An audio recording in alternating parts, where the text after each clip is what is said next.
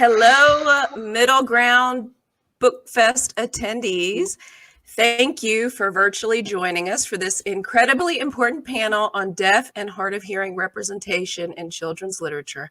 I'm Erin Entrada Kelly, and I am honored to serve as your moderator. I'd like to give a brief visual representation of myself for those of you at home with low vision or blindness. I am a Filipino-American woman with black hair and pigtails and bangs, and I'm wearing a black t-shirt, and I'm sitting in my very colorful writing space with lots of wonderful art behind me. You're here, and we're all here because of a shared understanding that children who are differently abled need to be represented on contemporary bookshelves. But these representations, along with all representations of marginalized communities, should be respectful, honest, and responsible. I'm here because in 2017, my third book, Hello Universe, featured a character named Valencia, who is deaf. When I started writing the book, I had little to no knowledge about what it meant to be Valencia. She ultimately set me on a course that would force me to confront my own shortcomings, stereotypes, and misconceptions about what it means to be deaf and or hard of hearing in contemporary society. Ultimately, it was that journey that inspired me to invite these two incredible authors here today, and I'm thrilled to introduce them to you now. We have Lynne Kelly. Lynne Kelly's career as a sign language interpreter has taken her everywhere from classrooms to hospitals to Alaskan cruises. Today, she lives near Houston, Texas with her adorable dog, Holly. Her 2019 novel, Song for a Whale, about a deaf girl named Iris, who forms an unlikely bond with the loneliest whale in the world, has been described as finely crafted, important, and uplifting by reviewers from Publishers Weekly, Kirkus, and School Library Journal. Song for a Whale received the 2020 Schneider Family Book Award and was named one of the best books of the year by New York Public Library. Welcome, Lynn. Would you like to provide a brief visual description for those at home? Yes, and thank you for that lovely introduction.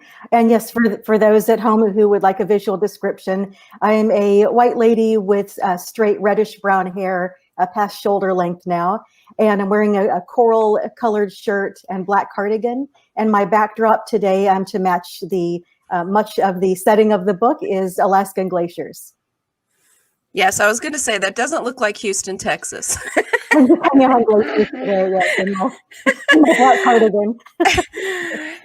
we have Claire Le Zotte. Claire Le Zotte is a deaf librarian with a focus on intergenerational ASL literacy and inclusive programming. Her first novel, T4, was an ILA notable book. Her most recent novel, Show Me a Sign, has earned critical acclaim since its release early this year, including starred reviews from SLJ, Publishers Weekly, and Kirkus.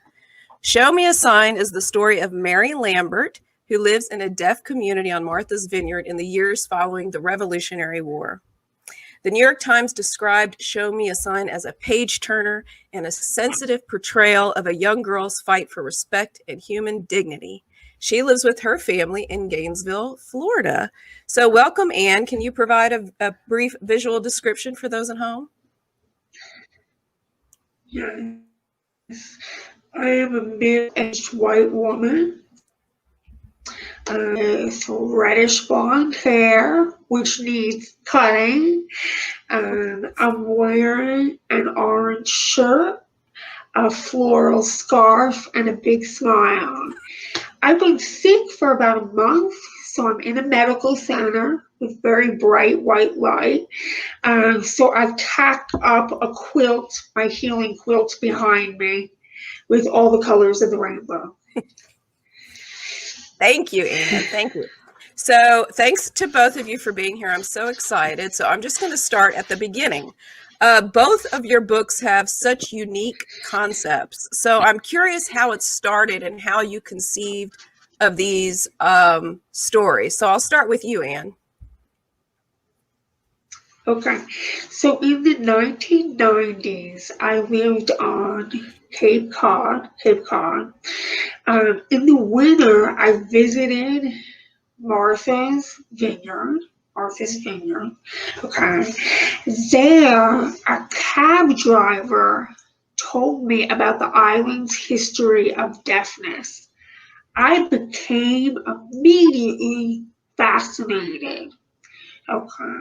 This was an important chapter in deaf American history that influenced the creation of a national sign language.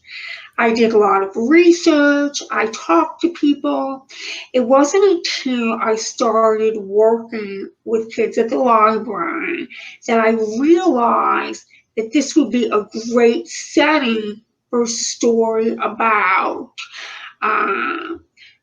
a proud, curious deaf girl who became Mary Lambert in Show Me a Sign or Sign Show Me. Amazing. Yes, I love Mary, but we'll talk more about Mary later, but I love her. Oh, And so Lynn, what about you?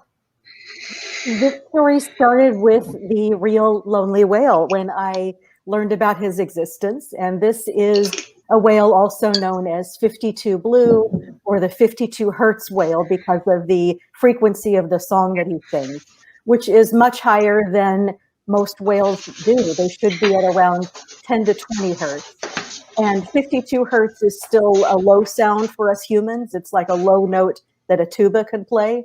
Apparently for a whale that is so screechingly high, it's not understandable.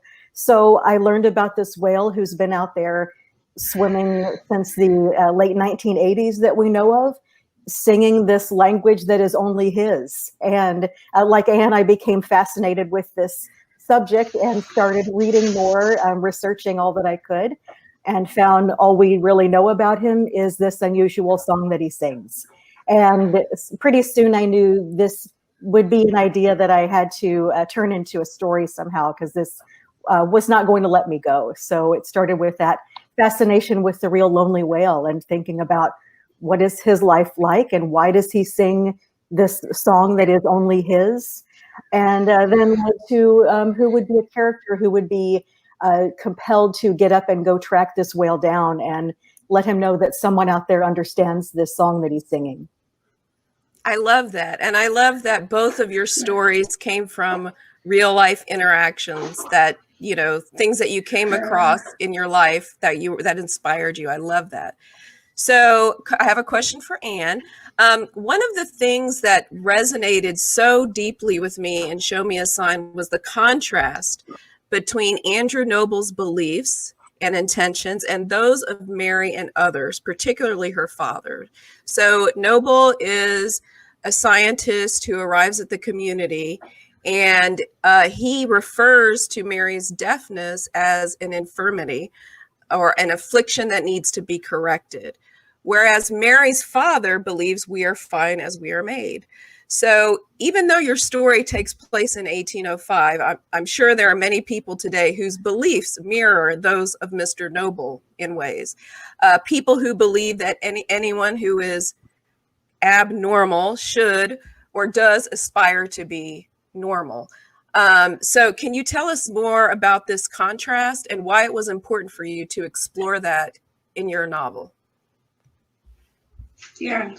And I should have said before, because I'm feeling ill and have such a little screen, Jennye is wonderfully helping me sign. Okay. So as you said, today, there are people who still see the deaf as wrong or sick or something that needs to be fixed, you know. But many of us are comfortable with who we are. In the book, in part 1, I hope the readers become also comfortable with Mary and her family and her friends in this deaf, inclusive village and community. So, I'm using notes. When the big change happens in part 2, Okay, young readers become as disoriented and frightened as Mary, and they can see that, the ideas of the outside world are what makes her life difficult and dangerous, and that we truly are fine as we were made. Yes. And other people who don't fit, what's thought of as normal in society, are fine as well. Yeah. Yes. Well, that's how I felt when I journeyed with Mary. So, mission accomplished. So a question for Lynn. So whereas Mary and Show Me a Sign, I mean, these books are so different, which makes it so wonderful to discuss them together. Whereas Mary and Show Me a Sign is surrounded by other ASL speakers her own age, Iris is isolated in her school community. So Song for a Whale is set in the modern day, and Iris is being mainstreamed at school, where the only other person who speaks ASL is her interpreter. However, Iris isn't completely alone in her deafness because of her grandparents. So I'd love to hear your choice, more about your choice to give Iris grandparents who are deaf and why that was important for you to include. Yes, and I think the answer to that will tie in so well with what Anne described about being a deaf person and how Mary and her father view themselves as deaf people in their community. I knew that most readers of this book would probably be not familiar with deafness and sign language. And I didn't want them to have the impression that Iris must wish that she can hear. And if I had her isolated at home as much as she is at school and isolated everywhere she goes and having no one to talk to, I could see how a reader might assume that, oh, what a horrible life this girl has. She is so alone everywhere. And certainly she wishes that she could change. And I wanted to avoid that.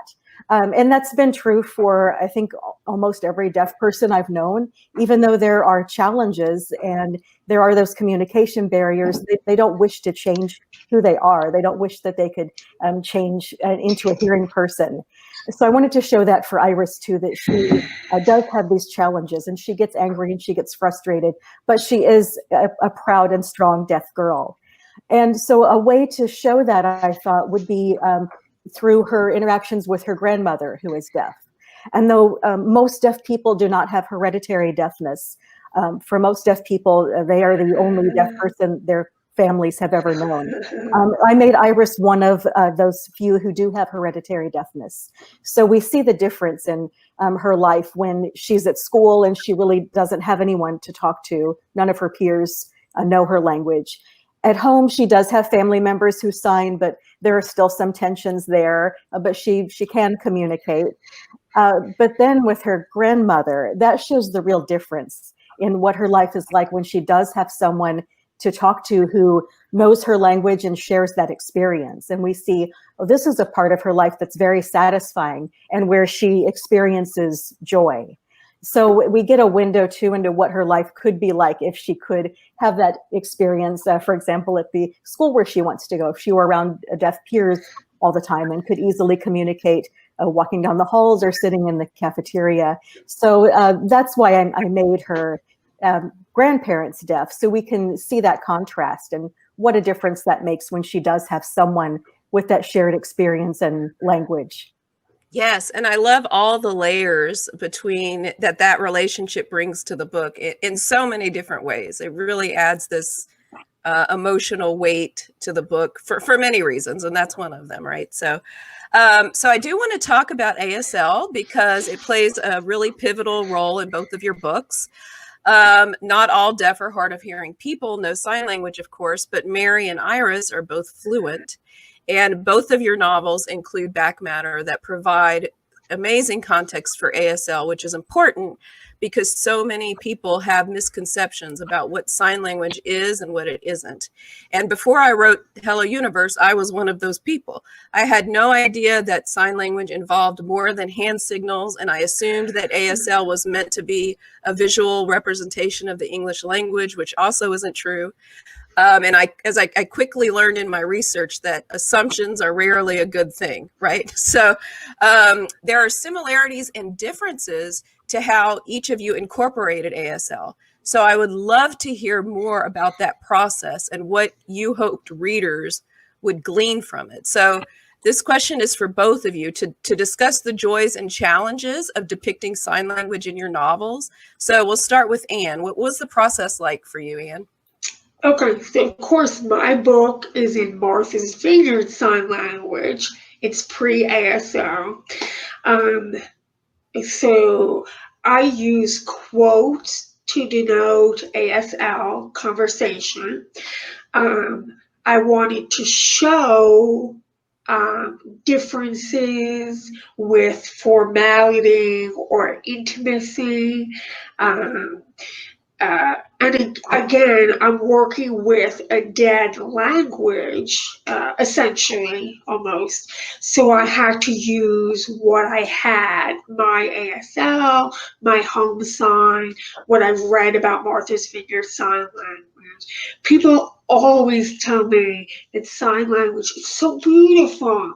So I wanted to also show that there could be, ugly fights also, the full range of emotion. And I also want to show, it was very important to me to show different kind of styles of signers. So, they can have different accents. I have to say, it was pretty easy and fun for me to create the sign language conversations in the book. Now, if I have to do people who are talking and hearing, that would be more challenging, maybe. So, that makes sense. What about you, Lynn? What was it like for you? I think the challenge for me was trying to show some of what the signs would look like so the reader could picture some of that, but at the same time not describing so much that we kind of lost what the story was at that time or what the conversation was. So I wanted to show some of that. Most importantly, like Anne had said, I wanted to show that this is a real language like any other, and each signer has their own style of signing, kind of like an accent. Like people have their own speaking styles in a spoken language. And that it is a language that is not like English. For example, the idioms don't match up word for word. You can't just take an English idiom and sign word for word what that is. That most often, most of the time won't make sense in sign language. And the other way around, I'm taking a phrase in ASL and trying to say that word for word in English wouldn't make sense. So to show that it is a language with its own figures of speech, with its own grammar and individual styles of using that language. So I think that was the most important thing for me to show, that they are using this language and in also its own history and its own storytelling styles, even poetry. It can be used as flexibly as any other language. Was the most important thing for me to show. And I have to say, both of you so seamlessly incorporated it into your novels that it felt, it just felt immediately unfamiliar and familiar at the same time, if that makes sense, because it just felt true to yeah, exactly. So speaking of ASL and misconceptions, Lynn, one of the elements of Song for a Whale that I thought was really well done, that I found very interesting, was your depiction of Nina. So can you tell our viewers a little bit about Nina if they don't know her? And I'm curious how her character came to be, and what do you want readers to learn from Nina? Sorry, the video froze up, so we're back now. So if there's a lag, that's on my side, I think. So yes, oh poor Nina.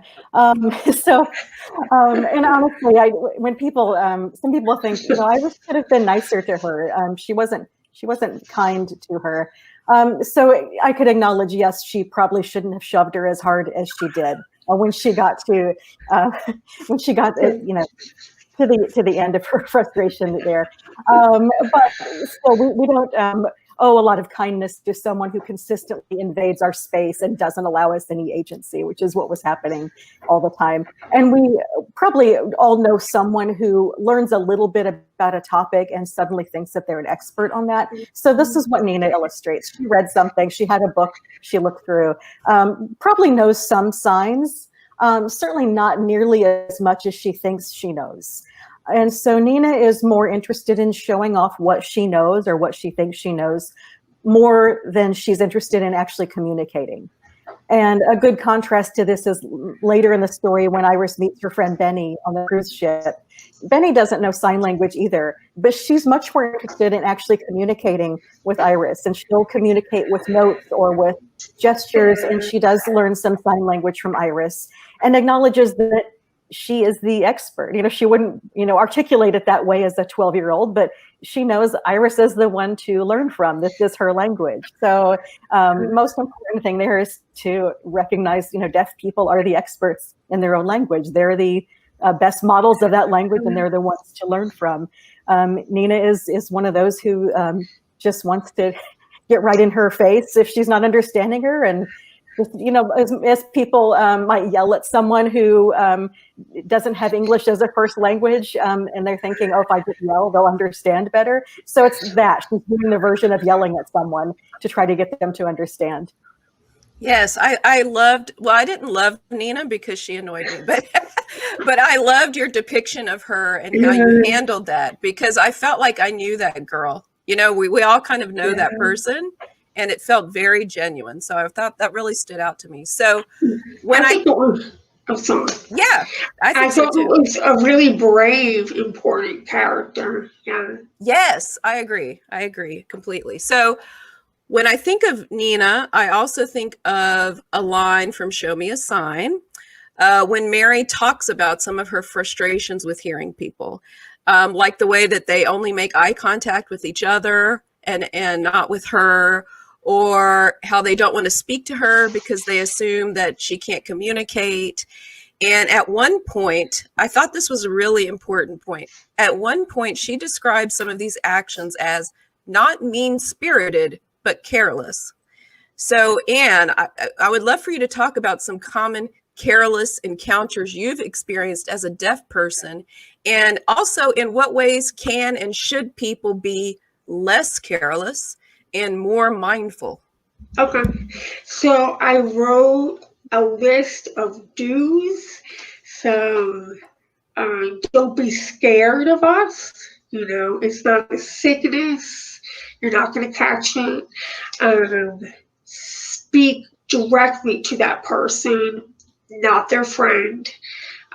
Be patient. That's so important. If I need you to repeat or write something down, don't get too frustrated. We're just trying to communicate. And don't close the circle with us outside. And that does happen when a discussion starts and one person is speaking and one person is speaking, but then it's all, it all keeps going and people forget. Some funny thing, leave the lights on at slumber parties. And most of all, remember that not all deaf people are the same. If you meet one of us, you have not met all of us. So someone may sign or lip read or use speech or prefer writing or typing back and forth, and be understanding and mindful of that. Or use cued speech. Use your manners.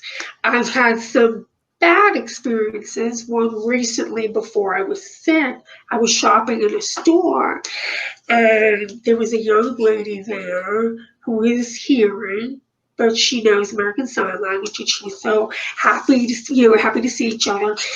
And we were walking and conversing, and on the shopping line, we were signing. And when we left the store,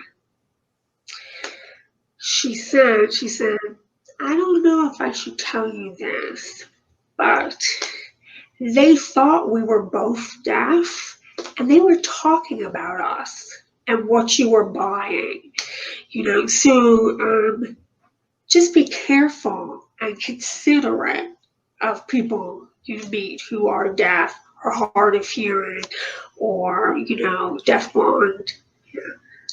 Yes, and that's good advice across the board, right? We should try to be kind humans and not comment, Yes, that's frustrating, but so yes. Oh, sure. Hashtag deafblind. Yeah. Right. Yes, I can. And you know what? That is a good segue to kind of where I want to end the panel, which is these things that you're talking about and that you experience every day of your life. I want to talk about why it's so important for people in the deaf and hard of hearing communities to write their own stories. So I have to say that, Anne, you have been incredibly supportive of both mine and Lynn's work and the work of other hearing authors. But I think all of us here agree that it's important for people within the community to tell the stories of their community. And I would love for you to share some parting words on why that is so important. Okay, wow. These two books are amazing, important, fun, moving books, okay?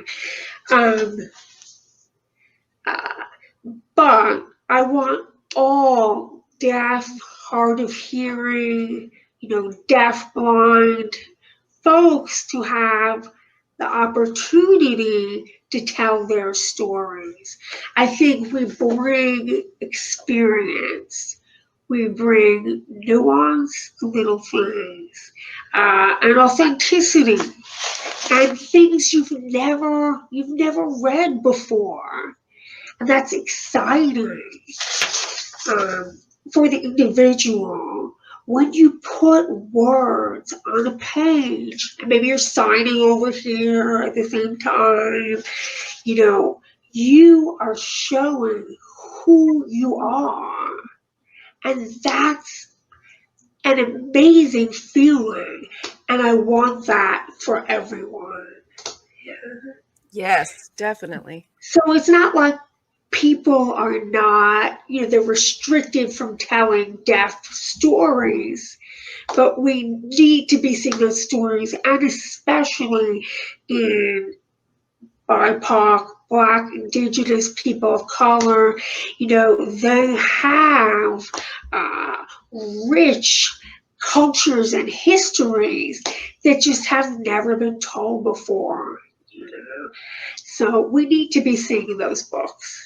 And yes. I hope we will. Yeah.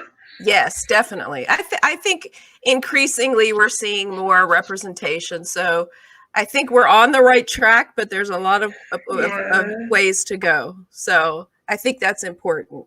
And I think it's also important for those of you out there who have limited experience with the stories that we're talking about today to embrace and understand and be willing and curious to walk in a world that is unfamiliar to you, because that is how we truly unite as readers, as humans, when we understand other people's lived experiences and when we respect those lived experiences. And I think one of the important ways for us to do that as human beings is to examine our own stereotypes, our own misconceptions, because we all have them, And one way we fight that and one way we work against that is to read books that provide us with a narrative that is true about all these different communities. And I know before I started writing Hello Universe, I had so many things that I didn't understand and things that I didn't know that I didn't understand until I had to question myself and all these misconceptions that I had. And I think books help us confront ourselves, and they help open conversation, and they just make us better, more empathetic people, which is, we all agree, is desperately needed at any point in time. So I want to thank you, Anne, and I want to thank you, Lynn, and I want to thank you, Jennye, for your amazing work, all of you today. And I want to thank Middle Ground Book Fest and all of you at home who spent this time with us. We will see you on the bookshelves. Bye. Thank you.